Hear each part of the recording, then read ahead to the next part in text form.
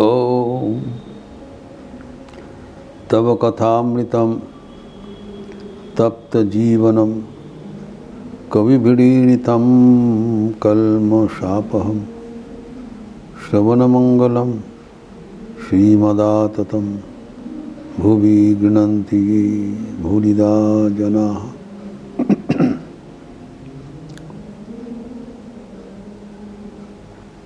कृष्ण अवतार का पावन कथा चल रहा था।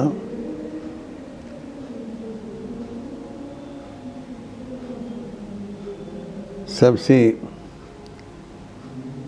ज़्यादा प्रचलित अवतारी है श्री कृष्ण। उनके लीला सर्वाधिक है। हम लोग चर्चा किए थे कि बचपन में ही शिशु लीला उन्होंने माखन चोर का रूप से परिचित थे। लीला मात्र है, सबको आनंद प्रदान करने के लिए।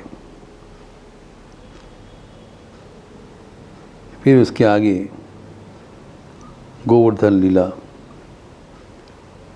महाभारत का कथा एवं सौराष्ट्र में आपका राज्य का स्थापन।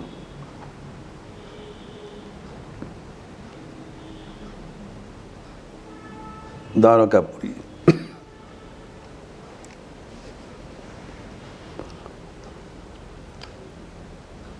श्री कृष्ण का जो जन्म हुआ था वो भाद्रपद कृष्णा अष्टमी तिथि में,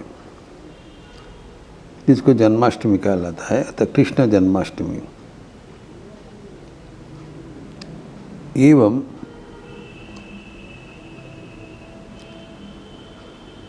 उस तिथि में एक पंचांग में सबसे महत्वपूर्ण पवित्र तिथि माना जाता है। रात को मध्य रात्रि में उनका आविर्भाव हुआ था।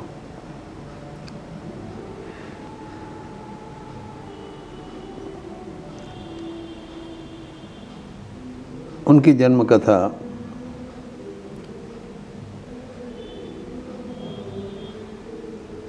भगवान वेदव्यास भागवतम एवं महाभारत में विस्तृत रूप से उल्लेख किया। श्रीमद् भागवतम में दशम स्कंद में श्री कृष्ण का जन्म कथा विस्तार हुआ है। एवं महाभारत में भी महापुराण षष्ठ सर्ग में 18 अध्याय के माध्यम से भगवद गीता का भीष्म पर्व में उल्लेखित हुआ है, जो कि ज्ञान के भंडार है। भगवद गीता ही हमारे राष्ट्रीय शास्त्र है। ऐसी अनूठा ज्ञान का भंडार अभी कहीं नहीं मिलता है, इसलिए इसको स्मृति प्रस्थान कहलाता है।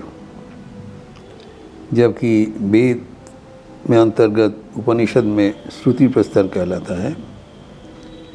एवं ब्रह्म सूत्र यानी वेदांत सूत्र को न्याय प्रस्थान कहलाता है। लेकिन स्मृति प्रस्थान वह भगवद गीता, जो कि हमें दैनंदिन कार्य प्रणाली सिखाते हैं, किस मतलब से हम कार्य करें ताकि जीवन को हम भगवत केंद्री कर सकें।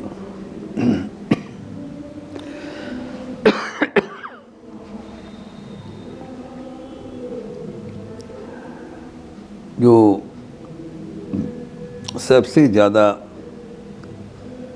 जो प्रचारित एवं जनप्रिय कोई अवतार होंगे तो भगवान का अष्टम अवतार श्री कृष्ण।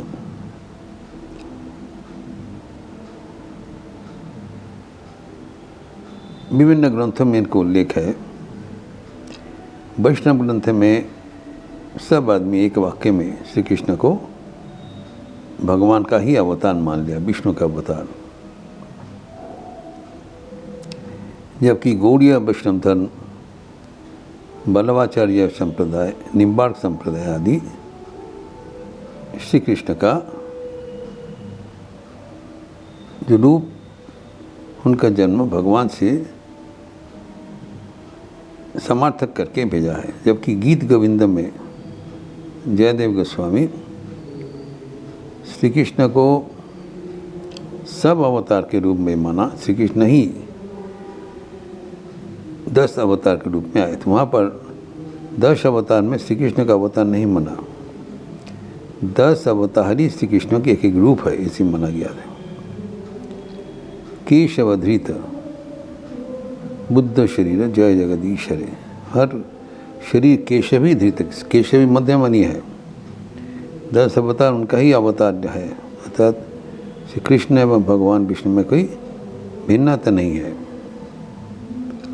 इसे करके बताया। और कृष्ण का जो जन्म का था वो भी ऐसी उल्लेख है कि कंस का कारागार में उन्होंने अपना आविर्भाव स्थल चुन लिया था। बड़ा सांकेतिक है।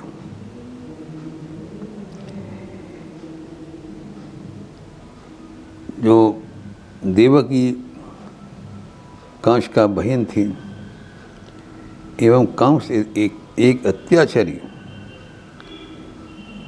जो निपति थे, दानव जैसा, सब उनके अत्याचार में आफरा-तफरी हो गया। लेकिन वो अपने बहन को, देवकी को बहुत प्यार करते थे। जब देवकी के साथ वसुदेव का विवाह होने का बात हुआ था, तब कंस स्वयं उनको जो सारथी हटा के उनके घोड़ा गाड़ी लेके आगे बढ़ रहा है आनंद से। उसी समय दैववाणी हुआ, रे मूर्ख, जिसका तुम रथ अभी परिचालना कर रहे हो, यही देवकी का अष्टम गर्भ में जो संतान जन्म ग्रहण करेगा, उसको वही तुम्हारा विनाश का कारण बनेगा, वो तुम्हारा घातक है। ऐसी दैववाणी सुना। इतना ज़बरदस्त सुना, तब अत्याचारी है, साथ साथ कोई ख्याल नहीं है, उन्हें साथ साथ उसी जगह में देवकी को वध करने के लिए तैयार हो गया। तब वसुदेव ने उनको बताया, देखो देववाणी तो देवकी के साथ तुम्हारा कोई तो निदान का कोई संभावना नहीं है। देवकी का जो संतान, अष्टम संतान से ही ना तुम्हारा विनाश होगा, तो देवकी तो निरपराध है, क्यों बदनाम लोगे अपने बहन को, प्यारा बहन को ख़त्म करके। तो रिव्यू करो। तब उन्होंने बताया ठीक है, क्योंकि वसुदेव एक सच्चा, एक धर्मप्राण व्यक्ति है, वो जो बोल रहे हैं वो ना, जो बच्चा होगा मैं आपको दे देंगे, तत्काल हैंड ओवर कर देंगे। तो कंस बोला ठीक है, तो भूल गया। तो जब देखी वो चांस नहीं लिया, अगर नहीं करे तो उनको अपना कैद में रख दिया, देवकी का और वसुदेव को। तो जब उनका उन्होंने सोचा कि अष्टम गर्भ अभी तो देर है, अभी तो खतरा नहीं है, लेकिन वो नारद आके उनको बताया, देखो जो अष्टम बताया इसको क्रम कहाँ से होगा, पीछे से अष्टम है ना सामने से अष्टम है, तो कब कितना नंबर होगा तो पता नहीं। तो उन्होंने कहा, उन्होंने सोचा ठीक ही बोल रहे हैं, तो इसको कोई गिनती करने की आवश्यकता नहीं है, जो संतान होगा जैसे होगा हम उसको तत्काल हत्या कर देंगे, ताकि हमारा जो ख़त्म होने का जो भविष्य में हुआ है उसका कोई रहेगा नहीं। तो इसी करके उनका जो मनोभाव ऐसी इतना क्रूर था। और जब उनका भाद्र मास का कृष्णाष्टमी की तिथि को उपनीत हुआ, तब उन्होंने अधीर आग्रह में देखा ये एक संतान का जन्म ग्रहण होगा। तो जब संतान का जन्म ग्रहण के समान होगा तो उन्होंने अपेक्षमान थे, लेकिन वसुदेव ने समझ लिया ये संतान होने से इनको कंस लेके हत्या करेंगे, तो रातों रात अपना बच्चा को वो जमुना पार करके दूसरे जगह में नंद घोष का मकान में जाके दे दिया। और उसी समय नंद घोष का भी एक संतान हुआ, उसके लेके वो फिर वो सागर क्रॉस करके आ गया, जब वो नदी क्रॉस करके आ गया। आके जैसे कि वो लेटा दिया तब तक वो गार्ड लोग भी वो जोग माया से वो सो गया था, पता नहीं चला कि पूरा जो कारागार का द्वार मुक्त हो गया। कैसे मुक्त हुआ किसी को पता नहीं, अपने आप मुक्त हो गया। वसुदेव चले गए, फिर वापस भी आया, फिर दंडरुद्ध भी हो गया माया से। लेकिन वो जब आया था उसके बाद ही कंस का पास खबर गया जो एक संतान उपस्थित हुआ है। कंस तो भयभीत था, जिससे हमारा विनाश होगा। वो दौड़ के आए और जब देखा कि वहाँ पर वो जो बच्चा पैदा हुआ है वो एक कन्या का बारे में हुआ था।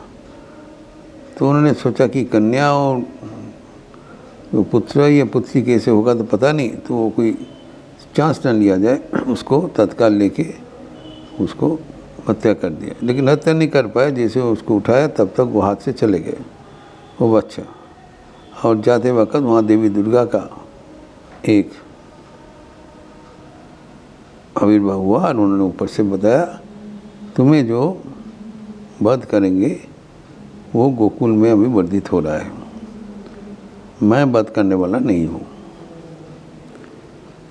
तो ऐसे देखिए जो भगवान कंस को बार बार चेतावनी दे रहे हैं कि मैं ही अवतीर्ण हुआ हूँ तुम्हें विनाश करने के लिए। क्यों? कारण वो हर पल जो मृत्यु भय से भीत होकर भगवान को स्मरण करने सके। भगवान को आप पूजा का दृष्टि से, प्यार का दृष्टि से ही मनन करें अथवा शत्रु का दृष्टि से ही मनन करें, दोनों में फायदा एक ही होगा। वरना शत्रु का दृष्टि से करने से जो फायदा अधिक है, क्योंकि तब हमारा जो मानसिक एकाग्रता सबसे ज़्यादा हो जाता है। अगर मृत्यु भय से कोई भीत है तब उनका मन बेचैन हो जाता है, व्याकुल हो जाता है। उस व्याकुलता से अगर कोई भगवान को पकड़ सके तो उनका जीवन सफल हो जाएगा। वही चित्र हम देखते हैं जो श्री कृष्ण का जन्म काल में हुआ था। इसका और भी जो बहुत ही रोचक प्रसंग है, वो जितना हम चर्चा करें उतना ही हमारा मन आनंद से भरपूर हो जाता है। इसका थोड़ा वो चर्चा हम अगले दिन करेंगे। ओम शांति शांति शांति। हरि ओम तत्सत्। श्री राम कृष्णार्पणमस्तु। आज रविवार का अवसर है, सुबह से जप यज्ञ चल रहा है। आप लोग ज़रूर आपके जिस समय में निर्धारित है उस समय में भगवान का नाम स्मरण करेंगे एवं विश्वव्यापी ये जो जप का सम्मिलित जप का जो प्रोग्राम चल रहा है उसमें शामिल होंगे। फिर अभी 10 बजे के बाद गॉस्पेल ऑफ श्री रामकृष्ण वचनामृत पर प्रवचन हिंदी और अंग्रेजी में, एवं शाम को 5 बजे जो युवाओं के लिए व्यक्तित्व का विकास का सत्र है, निर्देशित ध्यान भजन स्वामी विवेकानंद के जो वाणी पाठ एवं चर्चा यद्यपि युवाओं के लिए है, लेकिन सब के लिए रोचक होता है, जिसके यूट्यूब में हम लोग प्रचार प्रसार करेंगे। एवं शाम को संध्या आरती के उपरांत सामूहिक भजन, इसका लिपि भी दिया जाएगा। आप सबका स्वागत है। अच्छा रहिए, स्वस्थ रहिए, आनंद में रहिए। नमस्कार।